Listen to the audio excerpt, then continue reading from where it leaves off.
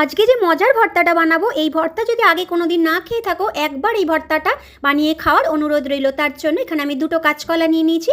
কাঁচকলাগুলোকে খোসা ছাড়িয়ে নিয়ে টুকরো করে কেটে নেব। তারপর কড়াইয়ের মধ্যে দিয়ে দেবো জলের মধ্যে সামান্য একটু হলুদ দিয়ে কাঁচকলাগুলোকে ভালো করে সেদ্ধ করে নেব।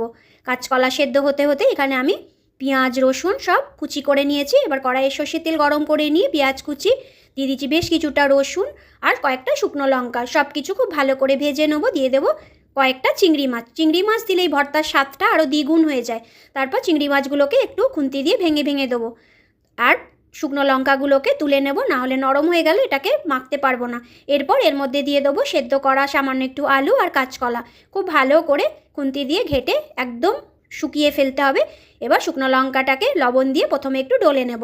তারপর এর মধ্যে দিয়ে দেবো কাঁচা তেল, কাঁচা পেঁয়াজ আর একটা কাঁচা লঙ্কা। ভর্তা মানে কিন্তু সর্ষের তেল না দিলেই নয়। তারপর সব উপকরণ খুব ভালো করে চটকে নিয়ে এবার কাঁচকলার ভর্তাটাকে দিয়ে খুব ভালো করে মেখে নিয়ে গরম গরম ভাতের সাথে এই ভর্তা যদি একবার খাও, এর প্রেমে পড়ে যাবে।